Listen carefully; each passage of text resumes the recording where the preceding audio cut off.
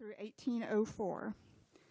Please join me in welcoming and thanking Alan for volunteering to speak today.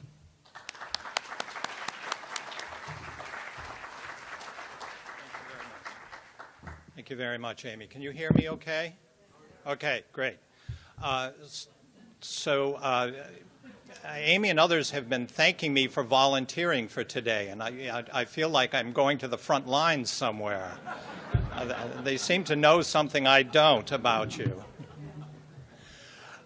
So it's wonderful to see such a full room. I'm wondering, is it possible to shut this door? There's a fair amount of noise coming through there. That would be great. Thank you. One time I was invited to speak on the topic of the War of 1812, which apparently some people think is dull.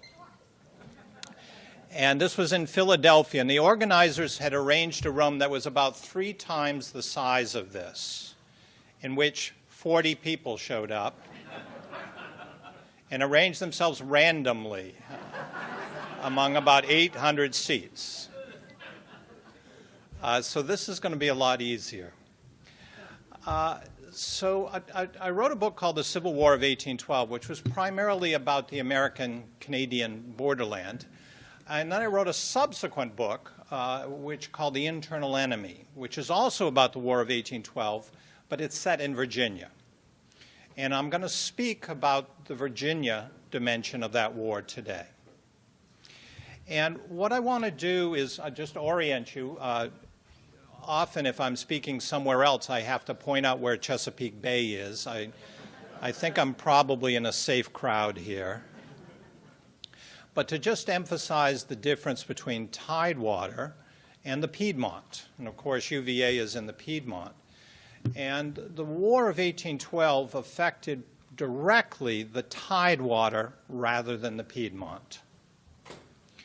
And the phenomena that I'm particularly looking at is the escape by approximately 3,000 enslaved people running away to British warships during the war, and what difference that made.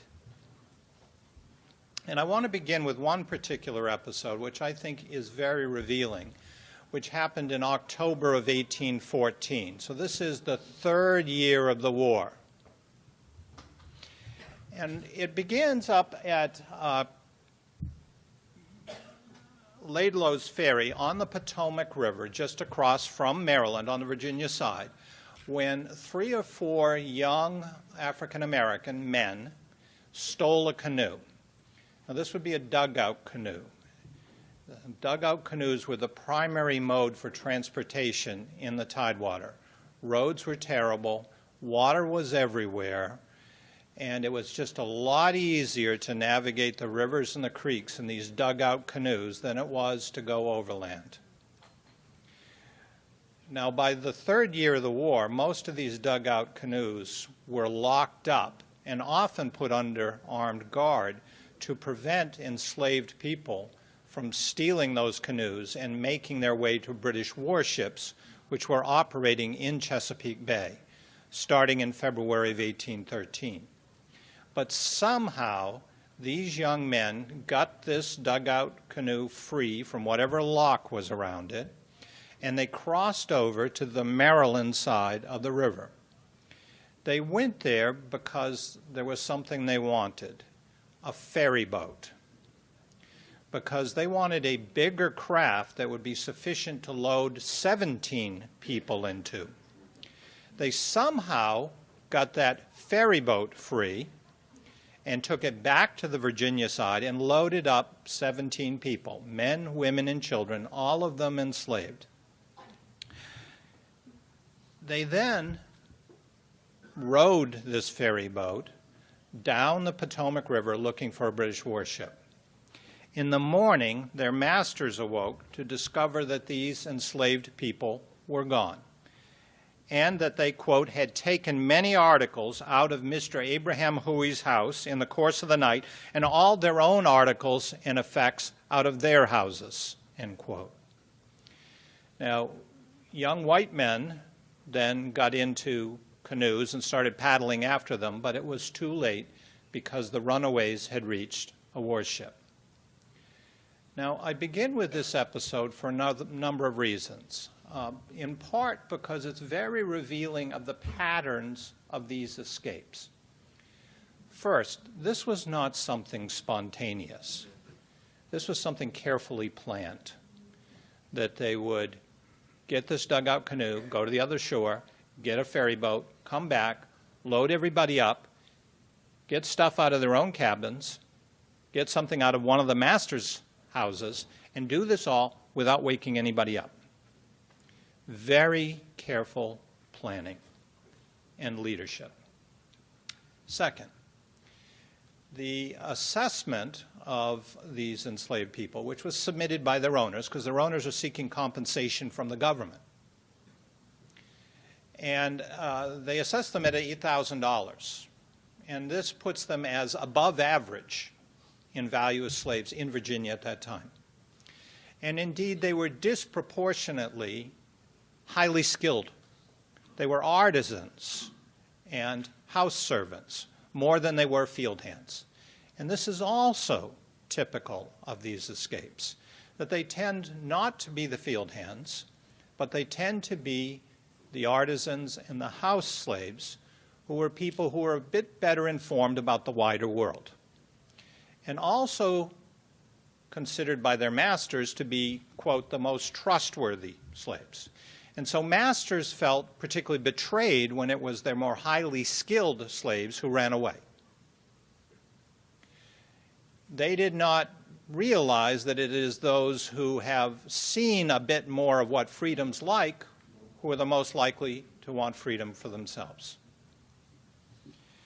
Another factor in this is that they are overwhelmingly relatively young. The oldest was 35. They're in their late teens, they're in their 20s and early 30s. To embark on one of these escapes is physically strenuous. Older people tend not to do it. They will sometimes bring along very young children that they can carry with them in these boats. But it is mixed gender. It's not just men, but it's also women who are escaping. And that's the prime reason why they want the ferry boat, is to make it a bit easier so that women and children can go along on this escape. But older slaves will not be going.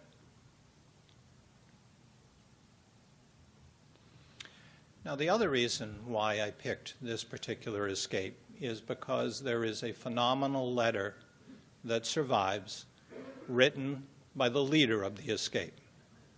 Now, this comes as a surprise to people because we assume that enslaved people were all kept illiterate. And their masters usually tried to keep them illiterate, but in this period of time, before the 1830s, those masters often failed. This is a period of time in which most of the enslaved people have become Christians, and many of them want to be able to read the Bible. It's also the case that many masters want their most skilled slaves, those they consider the most trustworthy, to be able to keep accounts. Because remember that several of these slaves are blacksmiths and weavers, and they are working not just for their own master, but they are working for neighbors who are coming in and having business done. Now, another feature of this particular escape is that they do not all come from one plantation. They come from 4 different farms.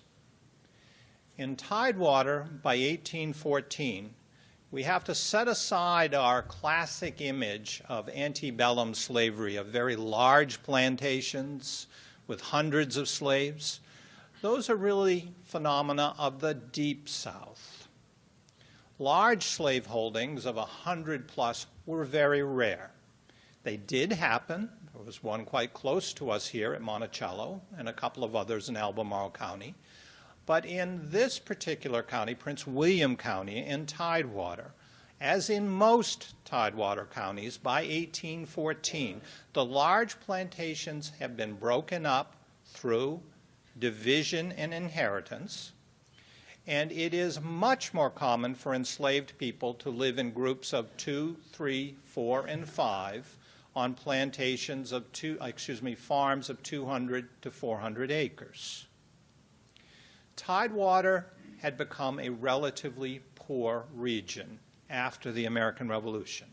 And that had contributed to this process of dividing up the big, wealthy, old plantations and dividing up the slaves who used to live on those big plantations, some of whom are being sold to the Deep South, where cotton economy is much more thriving and booming. Others are being hired out or sold to neighbors. And so you've got a dispersion of the slave population. And that's relevant to the story, particularly to this escape, because the slaves are coming from 4 different properties. So we cannot think of the community of enslaved people as being bounded by a particular plantation. Husbands and wives, children and parents, friends live on different farms. How do they maintain ties with one another? Well, they do so on Sundays when they don't have to work, Saturday nights, and indeed any other night they can slip away. And so many people commented that people are slaves by day, and day went quite long, particularly in the summer, but slaves have a measure of freedom at night. And they are the experts at knowing all of the paths between their farms and plantations so that they can visit one another and maintain their sense of community with one another. So one of the things that these escapes reveals, like a flash of lightning, is what are the connections that enslaved people have beyond the farm they live in. Because when they escape, they tend to come from several places and cooperate in these escapes. Now let me go back to the leader of the escape, who belonged to Abraham Huey. He was considered the highest value in terms of the monetary value assigned to him by his master of the 17 who escaped. He's a blacksmith. So he must have been a very skilled man. To be a blacksmith requires great intelligence as well as strength, because you are manipulating hot metal, and it has to be done just right. So someone who has mastered this skill is going to be high value.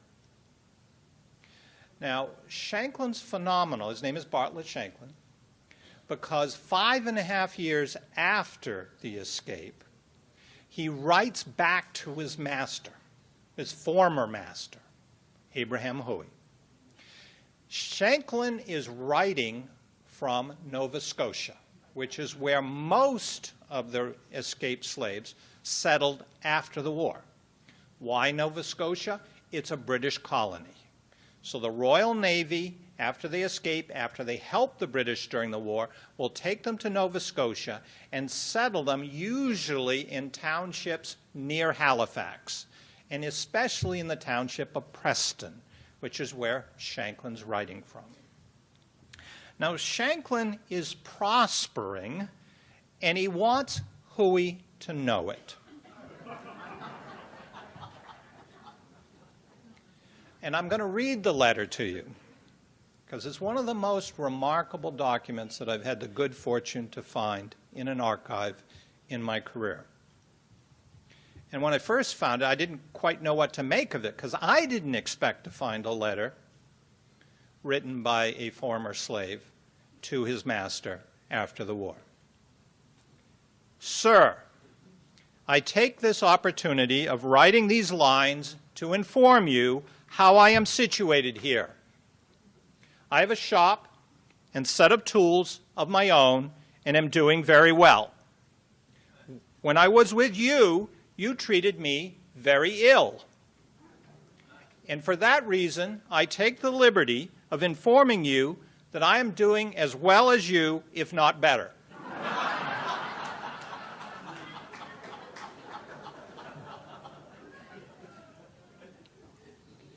When I was with you, I worked very hard, and you neither gave me money nor any satisfaction. But since I've been here, I'm able to make gold and silver as well as you. The night that Coakley stopped me, he was very strong, but I showed him that subtlety was far preferable to strength, and brought away others with me who, thank God, are all doing well. So I remain, Bartlett Shanklin. P.S. My love to all my friends. I hope they are doing well.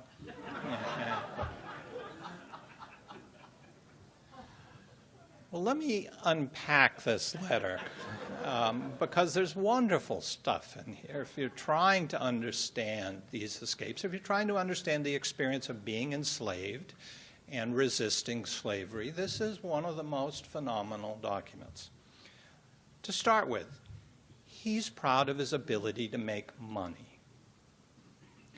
And he understands that the culture, American culture, culture of Virginia in the early 19th century, is one which measures people's success in terms of the money they make. And he's frustrated because as a slave, he's not able to make and keep his own money, that the master does that. Now, a reminder that the enslaved people of Virginia in 1814, almost none of them had been born in Africa. They were third and fourth generation Virginians. They spoke English. They spoke it just as well as their common white neighbors did. And they had absorbed a lot of the culture of being American, of being Virginian, including valuing making money and being frustrated when somebody else takes what you think is the fruits of your labor away from you. And he says he's become a better man. And I suspect it's because he's able to make his own money without holding somebody else in slavery. Now, part of it that's the most mysterious is the reference to Coakley. And I'm just guessing here because I don't know who Coakley was, but the most likely explanation is that Coakley was some overseer who would be a white man hired to keep an eye on the enslaved people and to keep them working and punish them if they didn't. Whoever Coakley was, he intervened somehow, and Coakley was a strong man, but somehow Shanklin tricked him. We don't know how. And that's the reference saying subtlety is far superior to strength. Now that's really the money quote in here, because people who have examined the experience of slavery and people resisting being slavery have time and again found that enslaved people were at a disadvantage of strength in terms of the people who are watching over them are better armed. In most situations, there are more of them. Not in all situations. I'm talking about Virginia, where there is a majority of white people still. In this particular county, there's a majority of enslaved African Americans. But strength is on the side of the masters. They have the militia, they have the slave patrol, they have the guns. But enslaved people resist their situation by having to be clever and having to figure out how to evade the masters, how to trick them. And that is what Shanklin is proud of having done in securing this escape. Now, finally, how does this letter survive? There aren't a lot of letters written by enslaved people from this time that survive. We tend to have the letters of the rich and famous that survive, hundreds of them, but not of common white people and certainly not of enslaved people. This survives because this is worth $280 times 11 for Huey. Why is it worth that? Because after the war, a claims commission is set up to compensate masters whose slaves have gone, and they have to submit documentation to show that they hadn't simply gone off to the north, but they had gone to the British. So Shanklin doesn't know it, but he's helping Huey make money by providing documentation that the Huey's slaves indeed are in Nova Scotia with the British. Now, this often raises a question with audiences. Well, how do we know Huey didn't forge this? Well, at the end of the day, I can't guarantee that, but I have looked at things written by Huey, and this is not in his hand, and can also say that many of the sentiments expressed in here are not the things a master would ever imagine a former slave saying to the master. And other masters are able to get compensated without letters like this. So for all of these reasons, I think this is an authentic document. I have no other document that survives from Bartlett Shanklin to clinch the point, but I'm quite confident that this is an authentic document.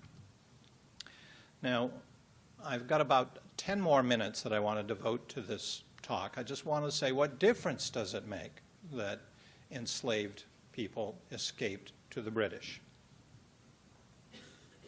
Well, the British, this is a drawing that was done by a British admiral showing this type of smaller boats that they are using as landing craft to go ashore in the tidewater. And you can see they often have a small cannon in the bow, and then there would be sailors who are rowing it, and then there would be Marines in the boats, and they would land, and then they would go and they would make raids. Now, early in the war, the British naval commanders had strict orders from their superiors in government in Britain that they were only to encourage a very small number of enslaved people to run away to them. They were only to be men, young men, who could be useful as guides and pilots. Now, why are the British limiting the receipt of runaways in this way? Well, they're not to liberate slaves. That's not mission number one.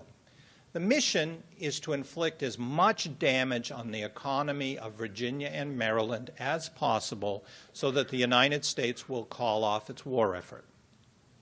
The British hope they can do this quickly. And they don't want to have a lot of refugees to have to settle after the war, because refugees cost money. They create difficulties for bureaucrats. So the British government says, get the few you need to help you know where you're going in these waters. Don't take any women and children. The problem is, in the course of 1813, about 600 runaways reached them, many of them women and children, and they are calling the bluff of these British naval captains. Will they send them back? Well, these naval captains decide they can't send them back. Well, why not? Well, some of them do have an empathy for these runaways, and they can well imagine what will happen to them if they're sent back. Another part of it is British officers had worked up a good sense of contempt toward Americans. And this happens in war. You tend to develop a real sense of animosity toward your enemy. And you are looking for reasons to think of your enemy as hypocrites. And they know that Americans like to speak a great deal about their freedom and their championing of liberty. And so that you have so many enslaved people trying to get away from the Americans is, for the British, the perfect riposte to Americans who are saying that they are the champions of liberty, because the British believe they are the champions of liberty in the world. Now, why would they believe that? Because they're fighting Napoleon at the same time. And Napoleon is the great despot dominating Europe. So from the British perspective, the Americans have thrown a sucker punch at them when they were preoccupied fighting the great dictator of the world, Napoleon. And so they are very eager to find something, many things in fact, wrong with Americans. And it is a very hard thing for human beings to resist the temptation to feel holier than thou. The British do not resist that temptation presented to them by the runaway slaves. But there are other factors too. Another is A lot of British sailors and Marines don't want to stay in the Royal Navy. They want to desert and become Americans. It pays better to be a civilian in the United States, and the alcohol is a lot cheaper. The food is a lot better. So British naval captains have a desertion problem. Anytime they land one of these boats, they have to watch their own men carefully to make sure they're not running away. So you're already shorthanded on these ships because they've been waging this global war against Napoleon, who dominates Europe. Britain is a relatively small country with a massive navy of 1,000 ships, and almost all of them are shorthanded. So they can't afford to lose men. So then they're presented with people who want to run away to be on British ships. Can you really say no to them when you need their help? And then the final clincher. These are people who know the local landscape. They know all the creeks, they know all the paths, and they know how to go through them at night. They know the landscape intimately in ways their masters do not. So early in the war, when the British do not have the assistance of these escaped slaves, they're literally lost when they're on land. They're nervous all the time that they're about to blunder into an ambush, and sometimes they did. So they're very reluctant to go into the woods. That switches around in 1814 when the British High Command says, okay, you guys, you say you want the help of these people and you need to take their women and children in order to get the men to help you. You got the green light. Encourage as many of them to run away to you as possible and recruit the young men as Marines or to serve as guides and pilots, women to serve as nurses and as laundresses. And suddenly the British war effort in the Chesapeake becomes much more ambitious and much more successful because now they can make the ambushes. Now they know where farmers and planters have hid away their livestock. And now they know where their smokehouses are. Because on the one hand, you've got a greater capacity to know this landscape and to raid into it with impunity. On the other hand, you need a lot more food. Because you've got hundreds, indeed probably about 3,000 additional mouths to feed. And so there is this synergy between the capacity to raid and the need to raid. And this also serves the overall British goal to inflict economic pain.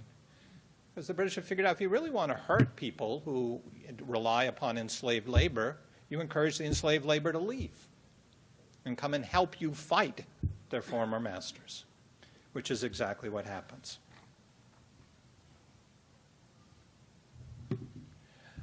This is a representation done by a modern artist of the unit that's organized. Approximately 300 young men will serve in this, and they're called the Colonial Marines.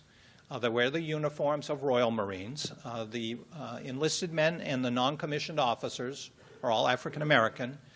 Their officers are white men, British. This is similar to the U.S. colored troops of the Civil War, where all the officers were white men. And this unit was based on Tangier Island, and this is a representation of them with in the background the sort of cabins that enslaved people were skilled at building, and the understanding is that's what this refugee camp would have looked like. So they're generally taken from these, when they reach British warships, they're taken to Tangier Island. The young men are organized into this military unit. They are paid. They're given good food and clothing, better clothing than they were used to.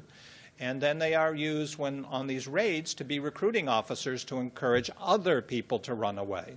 The fact that they're showing up with firearms, wearing uniforms, nice uniforms, means that they are living, moving advertisements for you can improve your lot by going to the British.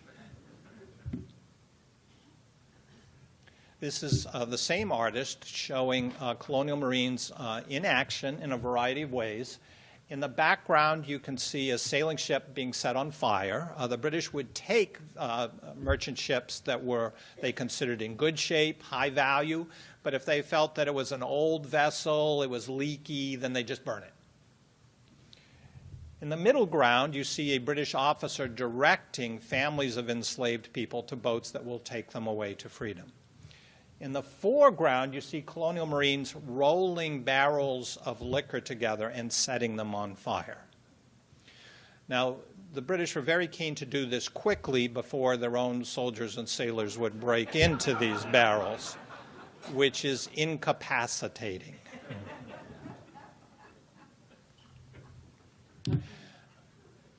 Now, this is a map. Again, it's the Chesapeake, but it's a bit different. And this is 1813, and you can see everywhere there's a little flamey thing or there's a little ship. That's a place of British activity, and the flamey torch-looking things is places where they make shore raids.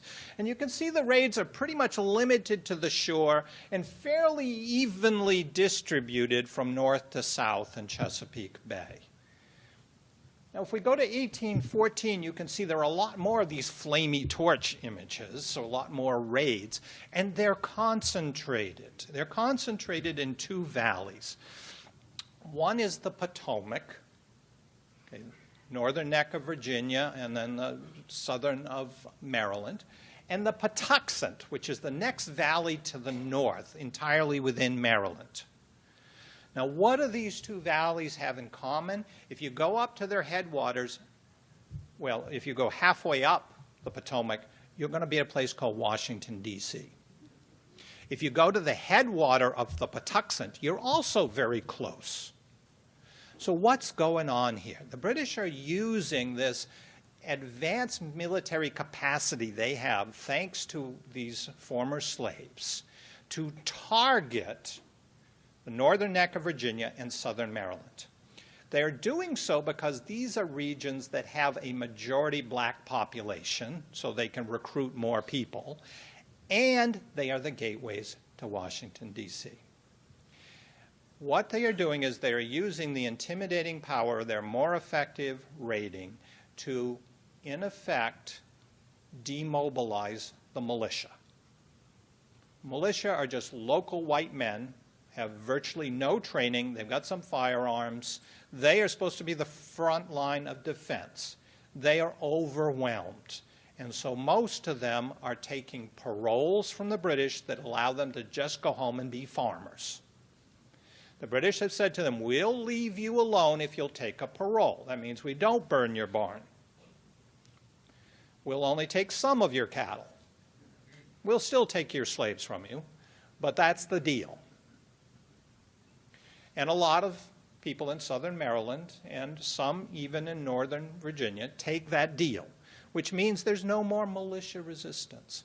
So the British are trying to eliminate that militia resistance on the approaches to Washington for the time when they will just suddenly try to throw the knockout punch, which brings them to Washington.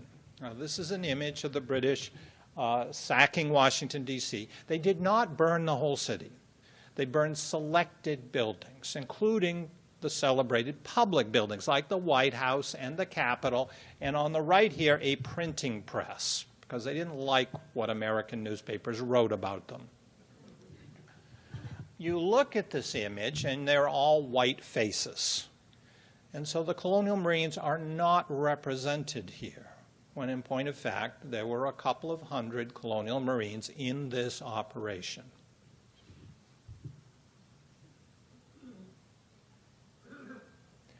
Now, finally, to conclude, this is an image that's produced a year after the war ends by a man named Jesse Torrey, who was an American critic of slavery. So there were Americans who were very critical of slavery, who felt that it was a contradiction of what the country should stand for.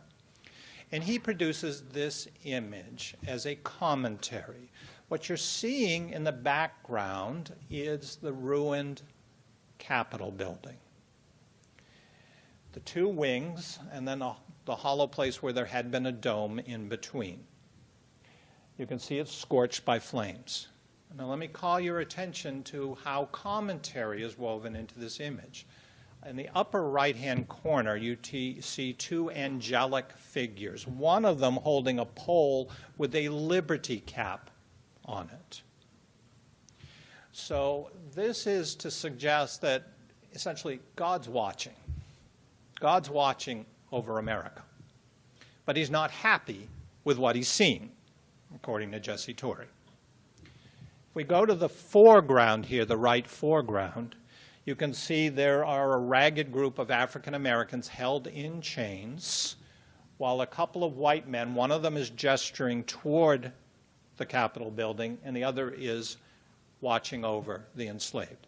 Washington, D.C. was a prime place for assembling enslaved people who've been bought from farms and plantations in the countryside. They're brought to Washington, D.C. They're assembled into groups called coffles, and then they're taken to the Deep South. Jesse Torrey is a great critic of the domestic slave trade within the United States. And he produces this image to say the Capitol burned because Americans have committed the sin of keeping people in slavery. So it's a reminder that not everybody is supporting the slave system. It has critics within who are working to try to end it. Thank you very much.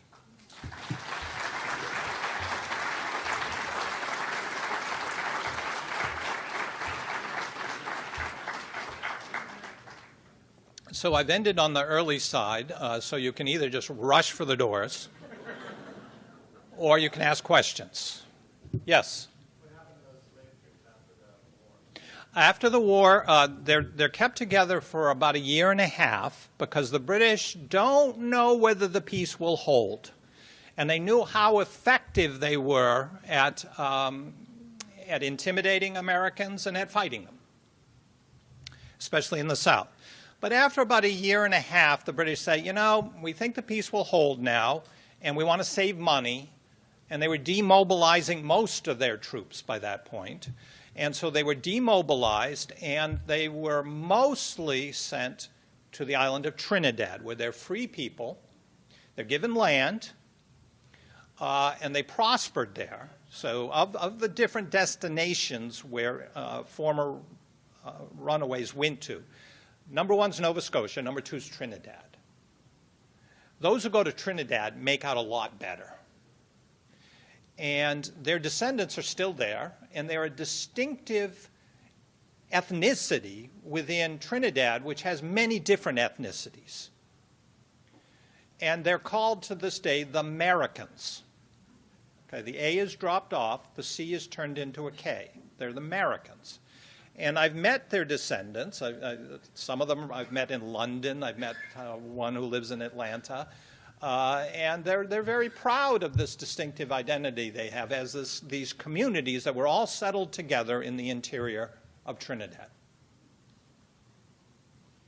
Yes? What was the military significance of this tactic that the British adopted? Was this actually a very significant thing for them? Yeah, it's quite significant in a couple of ways. War is always ultimately political, right? So you have to sustain your own people's will to fight, and you're trying to deflate the will to fight of the other side. The war had been controversial in the United States from the start. There had been many Americans, a minority, but a substantial minority, who felt the war was the wrong war against the wrong enemy at the wrong time, when the country was not prepared for war. And many of them feel this so strongly that there's some of them who are helping the British when they can.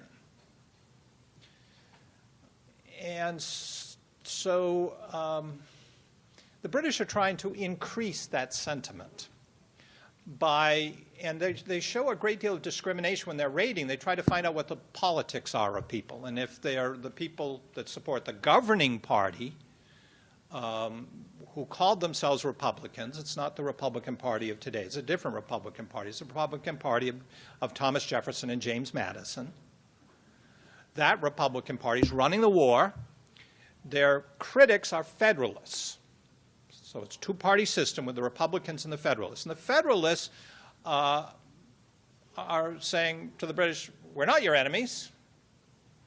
And so the British would identify and say, okay, well, you're a Federalist, so we're not going to take your stuff from you. We're just going to take it from the Republicans, who are the majority in these areas. So it's very political what they're doing. And as it goes on and more Republican families are suffering, there are some of them are saying, what's going on? Why aren't we being defended? Why are our troops up invading Canada? Why aren't they here defending southern Maryland and Virginia? And the British are doing this. It's all very calculated. And when they capture Washington and they burn the White House and the Capitol, that's not a good look for a government. You can't defend your own capital. The British invading force was only about 4,500 men. Because there were virtually no professional American soldiers there to defend the city. They were all up invading Canada. So James Madison did many wonderful things, but running a war effort was not one of them. Yes? Can you tell me when the abolition of slavery took place by the Parliament in Great Britain? Okay, that's a trick question, but I can answer it anyway. In Britain, it is not an act of Parliament that frees the slaves, within Britain. Okay? What frees them is a court decision called the Somerset decision, which happens in 1773, that applies only to England. And then there is a subsequent legal case that applies, and then it's sometime in the 1780s, it applies to Scotland. In both of these cases, what they say is, under natural law, which is an entirely imaginary thing, there's no justification for slavery. It's all theoretical. It's that in natural law, everybody's more or less equal, and there's no justification for slavery. So how does slavery exist? There must be statutory law. There has to be a sovereign legislature that passes a law that says these people can be held in slavery, and these are the punishments if they escape, and so forth. Okay, so you need statutory law. And all these court decisions said is, there's no statutory law in Britain, so therefore you can't have slaves here. It does not apply in the colonies. So Britain is still, in the War of 1812, it's not like they're running freedom for everybody. They've got thousands of enslaved people working on sugar plantations in the West Indies, including on Trinidad. So when the colonial Marines will be settled there, one of the reasons to settle them there is to say, we are kind of expecting you to keep the enslaved people in line. Okay, now they're never called on to do that, but the British are thinking that if you have some free people who are of color, they can help you to keep other people of color in slavery. And there are precedents for this on other islands in the West Indies. The French and the Spanish were quite good at using free black militias to control enslaved people. So I know that's a very long answer, but it's 1830s when Britain will say to the West Indies, okay, you sugar planters have to give up your slavery. Were they compensated? Yes, but not fully compensated. And they weren't happy about it. Yes? I'm curious how the enslaved people in the Piedmont region reacted. Were there people, because you can read Right. and know of people who escaped slavery? Yes. Was this a motivation? Well, it's the interesting thing. When I started doing this research, I assumed that it would be, that they would be running away to the tidewater so that they could get on the ships. But I found, in fact, escapes from Piedmont go down during the war. Now, why did they go down?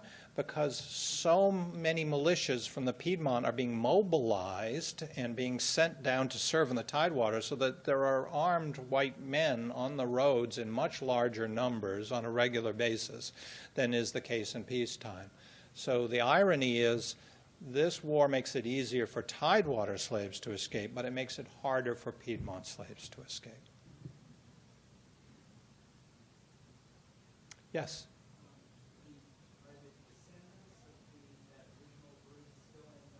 Yes, yeah.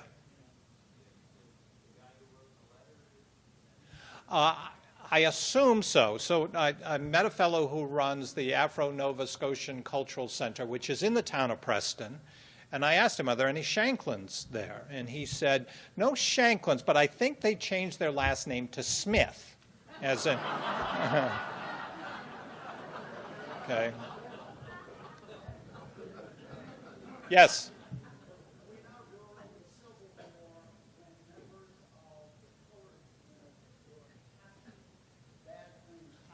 Yeah. Was there any analogous thing with the colonial Marines? Yes, and that's one of the things that it was most difficult for me to find documentation on. The British liked to tell the runaways who reached them that they could see from the ships blacks hanging from trees who had been captured. I don't think that's true. I think that's just something the British said. Now, why don't I think it's true? It's because any Virginian that loses a slave through war violence could go to the state government and get compensated. And the fact that there are no cases of this, there's only one case of it during the war, suggests that when blacks are captured, they're not being killed. There is some other evidence that says they're being whipped within an inch of their lives, and then they're being sold far, far away, so that their expertise in leading people to British warships will not be available in Virginia. Yes? The time that the British are relocating these slaves to Nova Scotia, is this the same time that I'll repeat the question, yeah. Or you go ahead, you got a microphone now. at the time that the British are relocating these slaves to Nova Scotia, is this the same time that the British were persecuting the French, who would then migrate to Louisiana and become the Cajun population? No, that's an earlier generation. So the dispossession of the Acadians happened in the 1750s. And by this point in time, there are lots of French Canadians in Quebec, because the Acadians are from what's now Nova Scotia. And they're dispersed, and some of them end up being Cajuns in Louisiana. There are many more French Canadians who are Quebecois. They live in Quebec. And after Britain conquers Canada in the late 1750s, early 1760s, they work out an understanding with them. So the French Canadians are actually very active at helping the British defend Canada against American invaders. Because if they're given the choice between being governed by these Protestants from the South and being governed by the British Empire, which has reached an understanding with the Catholic Church, they prefer the British Empire. The gentleman right there had a question. Oh, right here on the left. This gentleman here. And then we'll get him. Everybody will get a chance. We've still got time. Do you also find evidence that there were slaves who fought for the Americans against the British? Not slaves, but free blacks who did. It was official policy that the U.S. Army was not supposed to recruit blacks. But the thing is that there were many people who were of mixed race in the United States at that time. And recruitment officers are having trouble filling the ranks, because being in the U.S. Army at that time wasn't really much better than being in the British Royal Navy. So there are recruitment officers who say, looks white enough to me. Now, the Navy had no such restrictions. The Navy is recruiting a substantial number of free blacks. So they're serving on Old Ironsides, the USS Constitution. Almost all the warships of the United States had free blacks serving on them. Okay, now a great majority of African Americans in the United States at that time are held in slavery, and no white official or officer wants to encourage slaves to serve.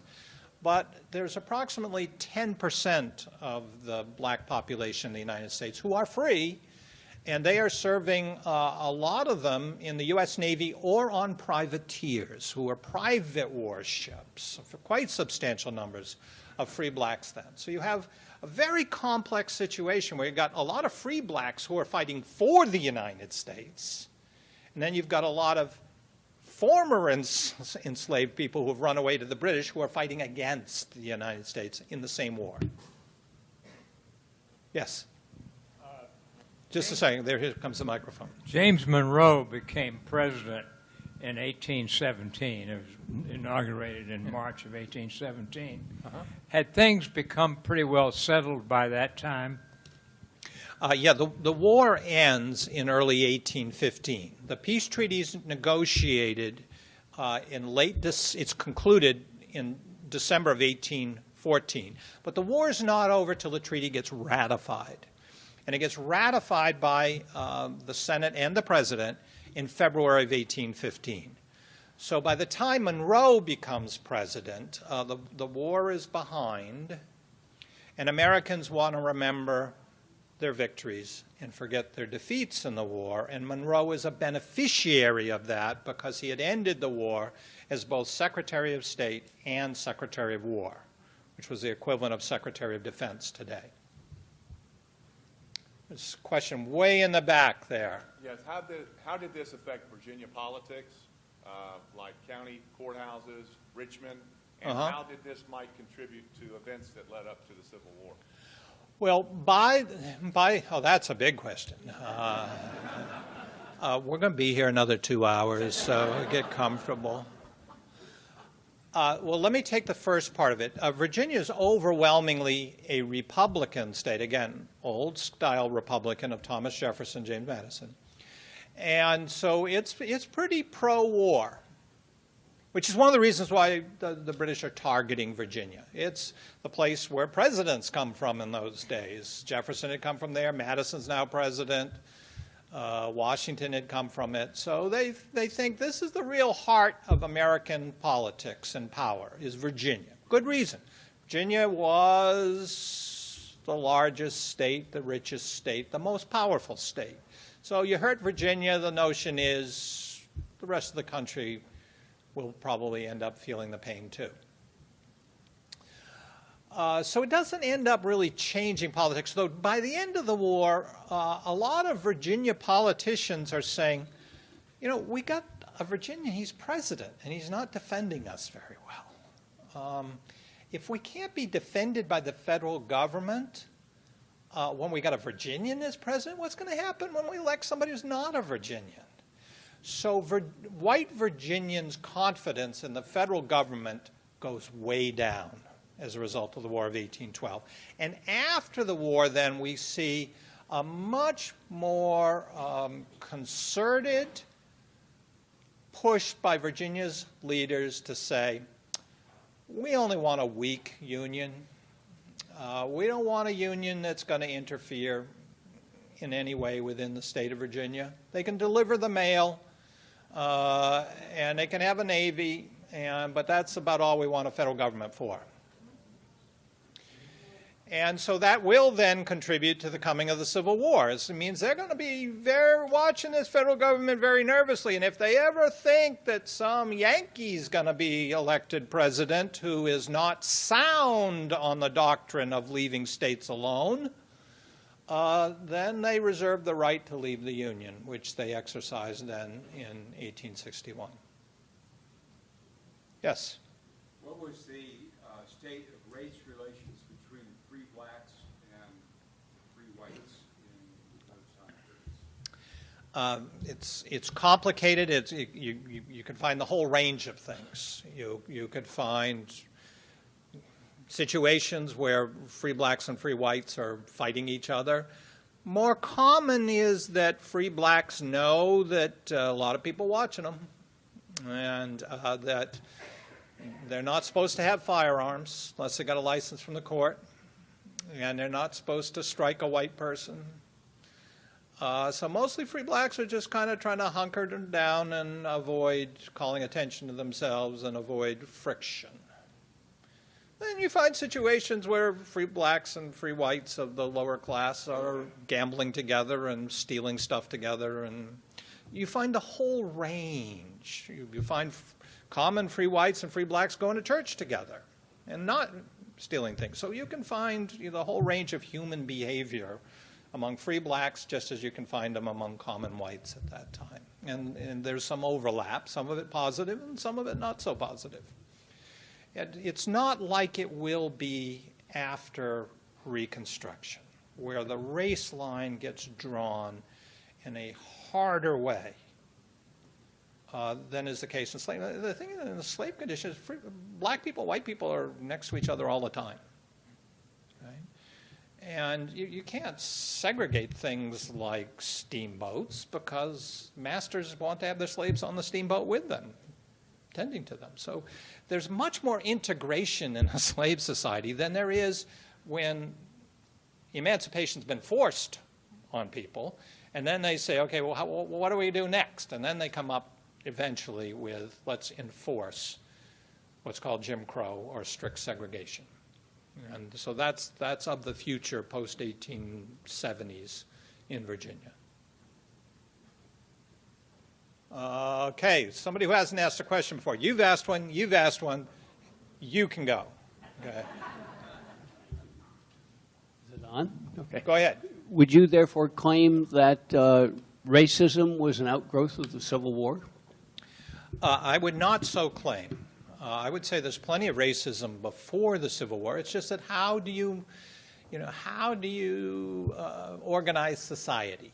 Okay, you can organize society, a racist society with slavery, but how do you organize society if you're still believe that one race is superior, but you've been barred constitutionally from keeping that supposedly inferior race in slavery? And then you come up with Jim Crow. Yes? Yeah, how did our military fare in the Battle of New Orleans? I'm sorry, what was the question? How did our military fare in the Battle of New Orleans? Very well. This was the most one-sided victory in American history, probably. There were 2,000 British casualties and 71 American. We like to believe that the British were idiots all the time in combat, that they would wear nice red uniforms and clump together in an open field and put signs around their necks saying, please shoot me. While Americans just stood behind trees and stone walls and complied with the signs. It actually comes pretty close to that in the Battle of New Orleans, except for the sign bit. So there were a lot of cases during the War of 1812 where British troops are actually behind the trees shooting at the Americans in the open fields and winning battles in Canada. But in New Orleans, the British military commander marches his troops in these nice tight columns straight at entrenched troops of Andrew Jackson with heavy American artillery, and it is a bloodbath.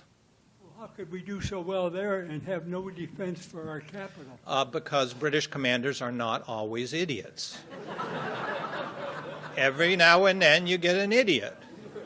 The thing is, that works on the American side, too. There were plenty of American idiots in this war that did really stupid stuff, mostly up in Canada, and we have all taken an agreement not to think about that anymore.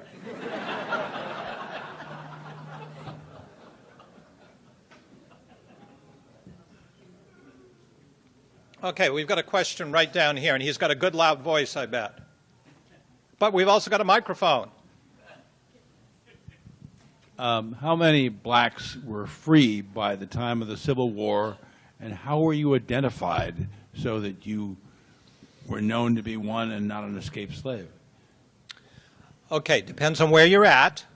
I cannot tell you the absolute number as of the Civil War. I can say as a proportion of Virginia's population, it's probably about 7% in 1861 are free blacks. And you would have to have a pass with you. If you're a black and you're moving around on any road or path, any white person can stop and say, "Where's your pass?" And you'd have to show them a document that comes from your county court saying this person is certified as a free person. So it means that you have to look over your shoulder, because you could be stopped by anybody at any time in that situation. Yes? Yes, going back a few years, I understand a phrase or clause in one of our founding documents prohibiting slavery was removed in a great debate in Philadelphia. Can you talk to that? Well, that's wishful thinking that there was, something that would have ended slavery in the Declaration. What there was in, and it was put in by Jefferson in his original draft, was much more explicit criticism of the slave trade as being something imposed by the British on the colonists, against the colonists' will. Well, there were other congressmen going, we've kind of been profiting from this thing, and maybe we don't have a lot of credibility if we say it's just the British fault. And then they also say, there's a lot of New Englanders have been profiting by trading in these slaves, and so the less we say about slavery, the best in this document. So that's all that was about, was because the Declaration of Independence is a wartime document that's meant to build support for American independence overseas and at home, and it needs to seem plausible. And so what they do keep in there is they accuse the British king of encouraging slaves to rise up in rebellion. And they do have a very limited discussion of how the British have stopped colonies from trying to stop the slave trade. But it's much less than Jefferson wanted to put in there. Yes? Was there any degree of remigration of the escaped slaves back to the United States, particularly in the North, after the war was completed or over? Which war are we talking about? 1812. There are, I found in Virginia, 4 or 5 cases of runaways who chose to come back to Virginia. And it seems to be because when they escaped, they hoped that family members would be able to come with them, and they weren't able to get out. So then they have a very tough decision to make. Do I leave my family, wives, children, parents, or do I go back to them? And there are about 5 who did this. Now, the U.S. government sent agents to Bermuda and up to Nova Scotia to try to persuade the thousands who had left to come back, and they are able to persuade one woman who was elderly, and I guess her family was back there. One more question. Okay. To the farmers who accepted parole, were there any ramifications after the war in Virginia? So the question is about those farmers who are in the militia in southern Maryland, northern Virginia, and who take paroles from the British. Now, what a parole is it says, I'm a prisoner of war and I cannot serve until I'm exchanged. Well, the British are taking hundreds of these militiamen captive because many of the militiamen are just going down to British headquarters and say, I surrender. Because they want a parole so that they won't be drafted into the militia and they can tend to their farm. And so this is upsetting to federal officials and to militia officials who don't like the fact that people are going and surrendering themselves. So they try. There are a few cases where they say, we're not honoring those paroles. You're still in the militia, and you still have to answer these emergency calls. But the war ends fairly shortly thereafter, and these prosecutions are stopped. Okay, thank you very much.